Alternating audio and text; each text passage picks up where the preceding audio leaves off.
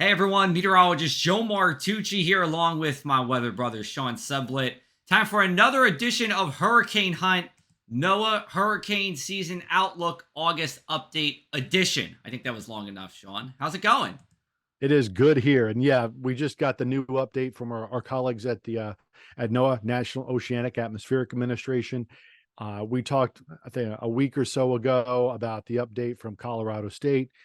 And there's not a lot of surprise here. What do you think, Joe? Yeah, not a lot of surprise here. We'll kind of run through these numbers real quick. Number of named storms 14 to 21, hurricanes 6 to 11 of that 14 to 21 becoming hurricanes, and then 2 to 5 in a major hurricanes, category 3, 4, or 5 storms.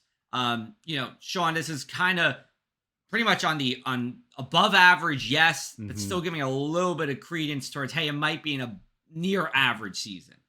Yeah, the NOAA puts out these wider ranges versus other places like Colorado State. One of the other things that I think was lost in this particular series of numbers, if you will, from the outlook from NOAA, is that they also put out a probabilities. In other words, at the beginning of the season, the end of May, they said, well, there's a 30% chance it's less than average, 30% chance it's higher than average, 40% chance it's near average. So that's, not a lot there. But in this outlook, they shifted to 60% chance of busier than average and only a 15% chance of it being less busy than average. So, you'll do the math there. The likelihood it's going to be more active than normal or average, 4 times higher than it will be less active than average. I think that was one of the more interesting takeaways I had from this particular outlook update. Yeah, and to me, I think we said this in the last episode of Hurricane Hunt. If you guys were watching here, it's kind of like the unstoppable force versus the immovable hmm object. So we have on one hand El Nino, which limits hurricane development, and then on the other hand, we have these really warm water temperatures. So what you're looking at right now are the water temperatures with the plot. So you see lots of mid 80s, even upper 80s in the Gulf of Mexico with that buoy that shows 88 degrees there. And then the anomaly is that fill, and you see a lot of oranges there. That means above average water temps. In fact, there's like a couple of specks of blue that are below average, and that's kind of about it. So we have been above average in the North Atlantic, record setting in the North Atlantic with our ocean waters, and that provides fuel for hurricanes. Granted, we have other factors at play that can help develop these hurricanes. So you're talking about little to no wind shear here. That's a turn of winds with height. We'll get into that among some other factors as well. Now, let me show you here. Everywhere in red with our water temperatures is where it's above 80 degrees. Sean, I mean, look at the map. I mean, you're It's a going, lot, man. There's yeah, a lot of hot water out you're there. you're going up to my latitude here in New Jersey, 38, 39 degrees latitude, and it's at or above 80 degrees. So there's a lot of room for a hurricane in theory to develop. Yeah, for as you said, there's a lot of things that kind of need to get going to start these things. I think of these as automobiles that have trouble starting, but once they get started, they can really go. And that goes back to the shear that you mentioned earlier. So let's talk a little bit about that. With regard to El Nino, we are still in a very strong El Nino right now. Yeah. So, what that does is influence what that shear does or how those winds move across the tropics. In a normal situation, we have the trade winds and everything is kind of moving from east to west. But as we get into an El Nino, which is what we've had since the spring, those winds tend to shift, not necessarily right at ground level, but as you go up a few 1,000 feet into the atmosphere. And as these winds come from the west higher up, they're from the east at lower elevations.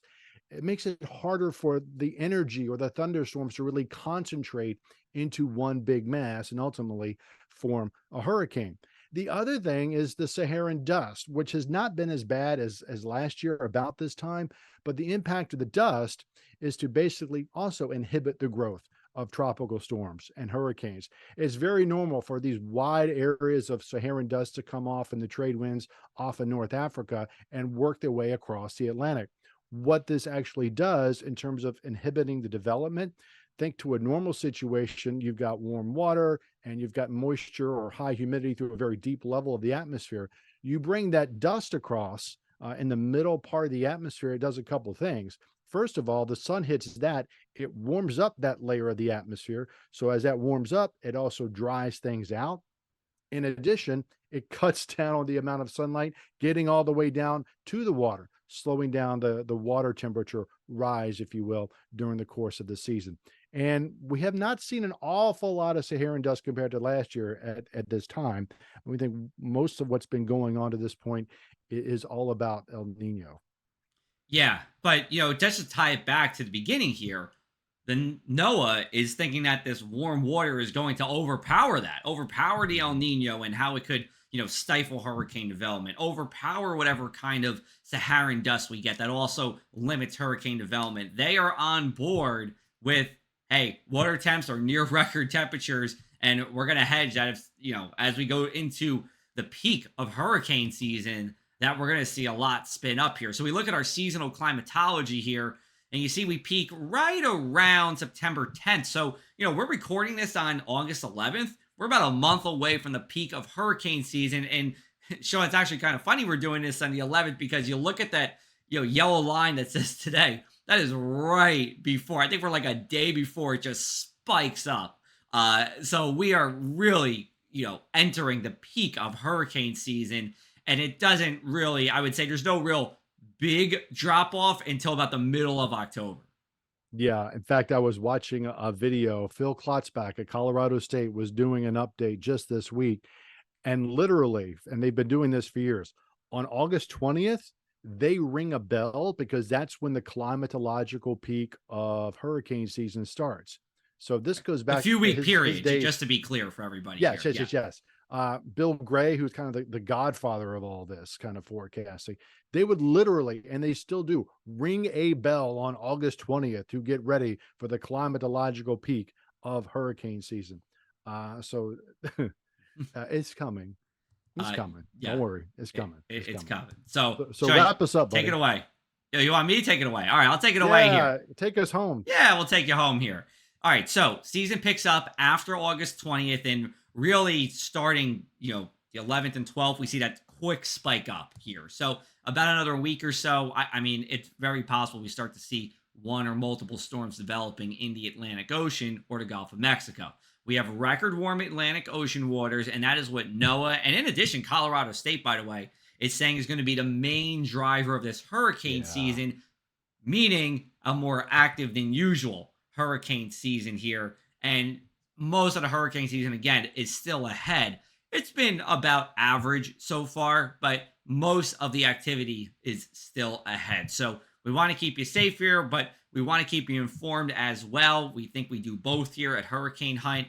And it's been a while since we chatted with everybody here. So we figured to pop on back in and say hi and to let you know that when we start getting into these tropical systems, we will be updating you more frequently. Absolutely. Yeah. For, if you're watching this short in this first weekend, 11th, 12th, 13th of August, there's nothing out there now, and it doesn't look like anything is going to show up until at least the end of next week. So you're talking about the weekend of the 18th, 19th. So enjoy the quiet period. I have this sinking feeling that once we get toward the last week of the month and in September, we're going to be a lot busier.